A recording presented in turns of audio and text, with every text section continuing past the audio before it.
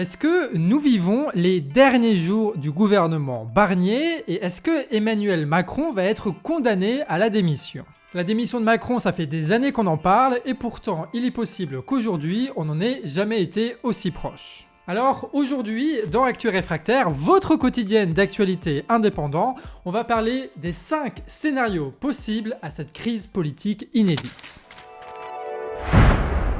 Mais avant ça, on va commencer par un petit point sur la situation. Ok, même si les ragots de politiciens font les titres, faut pas se contenter de ça. Il faut comprendre que ce qui précipite cette crise politique, c'est avant tout une crise économique très forte en France, avec un grand problème dans le financement de l'État. Macron, ça fait des années qu'il donne des subventions et des baisses d'impôts pour pousser aux investissements et à la réindustrialisation en France face à la concurrence internationale. Sauf que la relance économique n'est pas là, les plans de licenciement se multiplient en ce moment et l'État est gravement atteint par cette politique de l'offre. Les choses sont simples, le déficit n'a jamais été aussi grand dans l'histoire de l'État français. Il faut donc retrouver des sous, des dizaines et des dizaines de milliards pour à peu près être à l'équilibre. Donc pour Barnier, tout ça, ça veut dire qu'il faut imposer une immense cure d'austérité historique qui permettrait de maintenir la confiance des marchés financiers pour que les taux d'emprunt ne s'envolent pas et ne provoquent pas une crise de la dette à la grecque à l'État français. Sauf que les oppositions, qui sont aujourd'hui majoritaires à l'Assemblée depuis la dissolution,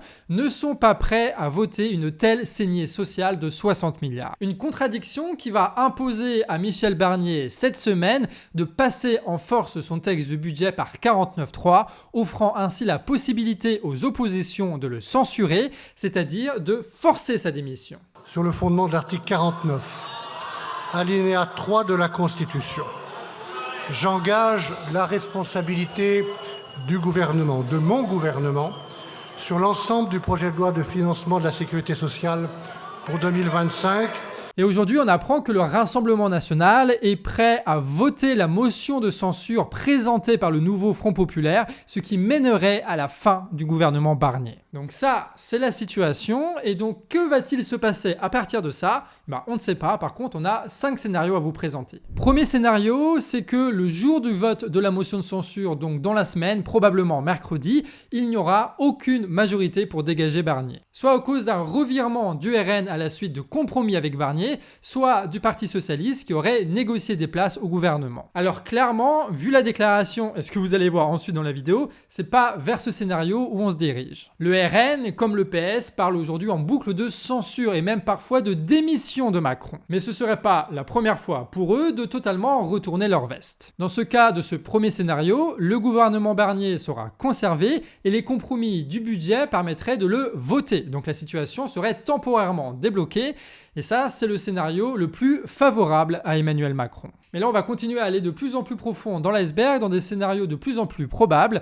Et le numéro 2, c'est la censure, mais sans blocage. Et tout ça, ça va être une question de mathématiques. D'après les déclarations, tous les opposants parlementaires sont pour la censure du gouvernement Barnier. Et parmi eux, tu en as qui sont pour totalement bloquer les institutions. Ce sont LFI et le Rassemblement national. L'idée pour les bloqueurs, ça va être de censurer le gouvernement Barnier, mais aussi de censurer tous les autres gouvernements que pourra proposer Macron pour rendre ingouvernable l'État jusqu'à précipiter la seule issue possible, la démission de Macron et donc l'organisation d'une nouvelle élection présidentielle sous 35 jours. Donc ça, c'est la stratégie du blocage. La France Insoumise, elle a intérêt à faire ça pour présenter au plus rapidement possible son bulldozer électoral qui s'appelle Mélenchon et donc prendre de court ses concurrents du NFP. Et le Rassemblement national, lui, veut une démission de Macron pour profiter d'un Macron faible et se faire élire avant le verdict de la justice qui pourrait conduire à l'inéligibilité de Le Pen à cause de ces histoires de détournement de fonds. Donc ça, parmi ceux qui vont voter la censure, il y a les bloqueurs, donc sur le RN et LFI,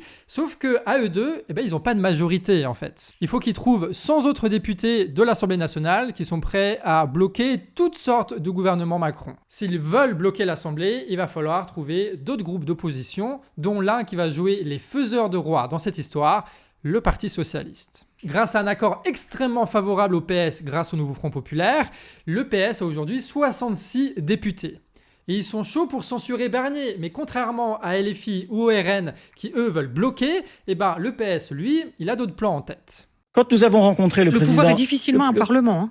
Il n'est qu'au Parlement. Il y a plein de pouvoirs. Donc je proposerais à tous les présidents de groupe du Sénat et de l'Assemblée nationale, de l'arc républicain, qui ont participé à ce front républicain, ou même ceux qui n'y étaient pas tout à fait au rendez-vous comme les républicains. C'est-à-dire à tout le monde sauf le RN ? De poser, oui, absolument. De poser la question des conditions d'une non-censure.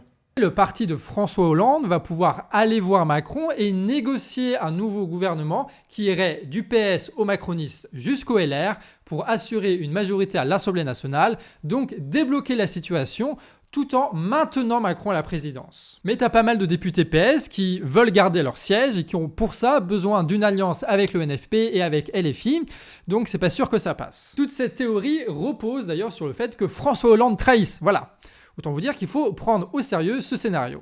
Le PS demandera quelques compromis de programme pour pas perdre totalement leur crédit à gauche, et le prochain move, ce serait de se détacher du NFP et de proposer un candidat à la présidentielle de centre-gauche, comme l'alternance à Emmanuel Macron contre le RN et contre LFI. Donc ça, c'est le scénario 2, la censure de Barnier, pas de blocage à l'Assemblée et une trahison du PS. Troisième scénario, c'est le passage en force. Imaginons, mercredi ou jeudi, l'Assemblée nationale vote la censure, le gouvernement devient donc démissionnaire. Mais il reste quand même des armes à Macron pour gagner du temps. Techniquement, Macron pourrait remettre Barnier en tant que Premier ministre ou attendre plusieurs semaines, voire mois, avant de nommer un nouveau gouvernement, comme il l'avait fait avec Gabriel Attal. Mais ça, ce sont des solutions à court terme, parce qu'il va bien falloir un jour voter des lois et avoir un gouvernement qui ne soit pas censuré par l'Assemblée nationale. Sachant que même s'il n'y a pas de majorité pour voter un texte de budget, il reste l'article 16 de la Constitution qui permettrait à Macron d'imposer un budget sans vote de l'Assemblée.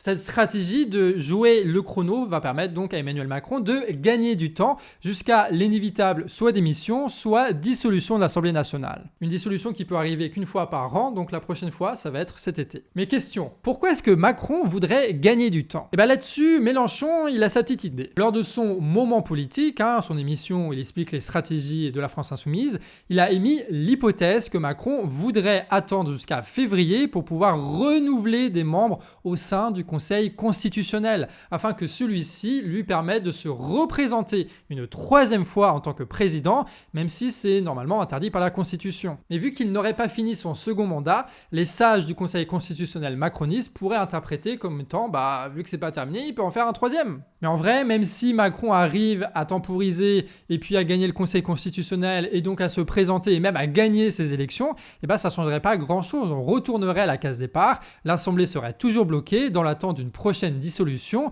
qui serait au désavantage des macronistes. Mais Macron, dans ce scénario, gagnerait un semblant de légitimité et un tout petit peu de temps. Il devra alors compter sur une grande crise ou une guerre pour tenter de retourner la vapeur. Clairement, ce scénario, il est boiteux, mais si l'Assemblée censure Barnier mais n'arrive pas à bloquer les institutions pour forcer Macron à la démission, ça reste possible. Surtout que Macron, on commence à connaître le personnage, le gars, il va pas lâcher le pouvoir sans se débattre. Donc le scénario 3, c'est la censure, l'instabilité et Macron qui passe en force pour gagner du temps. On passe donc au quatrième scénario qui est à la fois le plus intéressant et peut-être l'un des plus probables, c'est qu'il y a à la fois la censure et le blocage. Comment ça va se passer ? C'est assez simple. Barnier, dans la semaine, va présenter son budget en 49.3. Donc, tu vas voir les oppositions qui vont présenter leur motion de censure qui sera validée à la majorité. Donc, Barnier, ça dégage. Mais tu vas avoir une union des bloqueurs, donc RN, LFI, probablement les écolos et les communistes, qui vont, eux, dégager toute possibilité d'un nouveau gouvernement Macron. Il y a une majorité des députés à l'Assemblée qui sont pour bloquer les institutions et rendre ingouvernable l'État. Et là, la pression commence à arriver sur Macron, et notamment de la part de la bourgeoisie, et c'est ça qui va totalement changer le jeu, puisque cette bourgeoisie française, ceux qui possèdent les grandes entreprises, elle a besoin d'un État efficace dans ce moment de crise économique et de pression sur les marchés financiers. Une situation de crise qui pousserait Macron à la démission assez rapidement, laissant place à une nouvelle élection express en 35 jours. Et pourquoi est-ce que ce scénario est peut-être un peu plus probable que les autres, un peu plus, c'est qu'en fait ça avantage totalement le Rassemblement national. Ça permettrait aux partis de se présenter à l'élection présidentielle avant d'être probablement condamnés à l'inéligibilité en mars à cause de leur détournement de fonds du Parlement européen. Et on va faire une vidéo sur Canard Factor qui explique ce procès, mais vous allez bien vous rendre compte que c'est pas de la fantasy ou de la science-fiction le fait qu'ils sont inéligibles. Ce sera très naturel au vu des preuves qu'ils ont trafiquées. Mais il n'y a pas que ça, tu as d'autres intérêts pour le Rassemblement national. Notamment que s'ils font tomber Macron, ils profiteront d'un macronisme très faible. En effet, Macron n'est pas du tout sûr de pouvoir se représenter et il n'y a pas vraiment de candidat naturel pour prendre sa relève. Pour ces élections anticipées, on aurait quoi? Philippe, Attal ou Darmanin ou Le Maire? Il y a des candidats, mais aucun qui soit assez solide et qui ait derrière lui un parti macroniste organisé, puisqu'ils ont totalement été défaits lors des dernières législatives. D'autant plus que si Emmanuel Macron n'arrive plus à diriger l'État comme avant, la bourgeoisie française peut aussi le lâcher. Et autant vous dire qu'un Macron qui serait cette fois attaqué par les médias de milliardaires, il va pas durer longtemps, d'autant plus que sa cote de popularité est au plus bas. Macron a perdu de son efficacité pour la bourgeoisie, c'est comme un couteau qui est mal affûté et dont il sert plus à rien. Dans ce cas-là, la bourgeoisie française, donc les grands médias, les grands patrons, bref, la classe la mieux organisée dans ce pays, la plus influente dans notre société, prendra le parti de Le Pen, le seul parti capable de prendre la relève de Macron et de continuer une politique bourgeoise à la tête de l'État. Le RN a en effet réalisé un grand travail de rapprochement avec le patronat français. Toutes ces mesures sociales ou souverainistes ont été oubliées. Maintenant, leur discours, c'est qu'il faut gérer l'État en bon père de famille avec rigueur, tout en protégeant les grands industriels français. D'autant plus qu'avec la concurrence internationale qui se renforce et la guerre économique qui va se renforcer avec Trump, le programme du RN qui propose un protectionnisme aux industriels français colle un peu plus aux intérêts d'une grande partie de cette bourgeoisie. Un discours qui avait déjà convaincu de nombreux patrons lors des élections européennes et législatives. Les plans de licenciement de masse organisés aussi par les industriels en France peuvent donner une impulsion populaire à une campagne express du Rassemblement national. Le macronisme sera à terre, le PS et LR ne sont pas prêts à prendre sa relève, ce qui fait que le RN seront les seuls capables de pouvoir efficacement défendre les intérêts de la bourgeoisie dans l'État. Et donc pour la première fois dans ces conditions très particulières, le RN aurait le soutien des plus puissants pour gagner cette élection. Et globalement, c'est ce qui lui manquait pour gagner les élections. Si Macron démissionne rapidement, il y aurait aussi un autre point favorable au RN. Les plus riches de ce pays, qui possèdent les médias, renforceront encore le travail de calomnie et de mensonge contre Mélenchon. D'autant que là, on parle d'une campagne express de 35 jours, où tu vas voir les grands médias qui vont prendre un beaucoup plus grand rôle de propagande, tout simplement parce qu'en 35 jours, tu as moins de tractage et moins de meetings organisés, donc les gens vont plus regarder la télé. Et pour rappel, la stratégie de Mélenchon, quand même, c'est de faire des campagnes électorales très très longues avec beaucoup de meetings, beaucoup de tracts, beaucoup d'actions pour essayer de contrer l'effet médiatique qui le critique. Dans ce scénario, tu aurais des macronistes très faibles qui n'accéderaient pas au second tour et on se retrouverait avec un Mélenchon-Le Pen au second tour. Avec des puissants qui soutiennent la campagne de Marine Le Pen tout en tapant sur celle de Mélenchon. Sachant que quand même, le RN part sur une base d'à peu près 25-30% de l'électorat, ce qui est déjà énorme de base. Bref, comme disait Mélenchon il y a quelques années... J'ai passé ma vie entière à lutter contre l'extrême droite et je sais ce qui m'attend. Eh bien, ce qui m'attend, comme dans toutes les séquences de l'histoire révolutionnaire de notre pays, à la fin, ça se termine entre eux et nous. Et tous les autres auront disparu, cachés sous la table, à moins qu'ils ne continuent l'odieuse comédie qu'ils font aujourd'hui. Et maintenant, que va jouer le NFP s'il y a ce scénario 4 qui se réalise, donc la censure de Barnier, le blocage des institutions et la démission de Macron? Et bien en fait, il se prépare déjà à l'éventualité d'une présidentielle, déjà maintenant. Mélenchon, par exemple, lance un appel d'unité autour du programme des Insoumis. Vous avez peut-être observé que Jean-Luc Mélenchon lui-même, vendredi soir, vous avez cité tout à l'heure sa prise de parole, a proposé qu'effectivement, il y ait une candidature commune en cas d'élection présidentielle. Mais nous avons dit une chose très simple. Nous avons dit que s'il y a une élection présidentielle anticipée, c'est-à-dire un délai, je vous l'ai dit tout à l'heure, compris entre 20 et 35 jours, on ne va pas faire croire qu'on va rentrer dans 15 jours de palabres et de discussions pour essayer d'identifier laquelle. Donc nous, ce que nous disons, c'est que s'il y a une élection présidentielle anticipée, nous les Insoumis qui quand même, il y a 2 ans, avons fait 22% des voix à l'élection présidentielle et avons aujourd'hui le groupe parlementaire le plus nombreux à gauche, nous ferons une proposition de candidature issue de nos rangs et nous espérons que cette candidature sur un programme de rupture puisse être une candidature commune. De Jean-Luc Mélenchon. Mais je ne vous ai pas dit de Jean-Luc Mélenchon, je vous ai dit a compris. Un appel lancé, mais pas à tout le monde, pas au PCF par exemple, qui eux partiraient solo. Pas une bonne partie du PS au minimum qui présenteront leurs candidats, le Hollande, le Cazeneuve et compagnie, et les Verts qui proposent le duo Tondelier-Castet pour représenter la gauche lors de cette élection. Ils ont publié un espèce de manifeste avec pas mal de langue de bois et pas beaucoup de programmes où ils présentent leur candidature.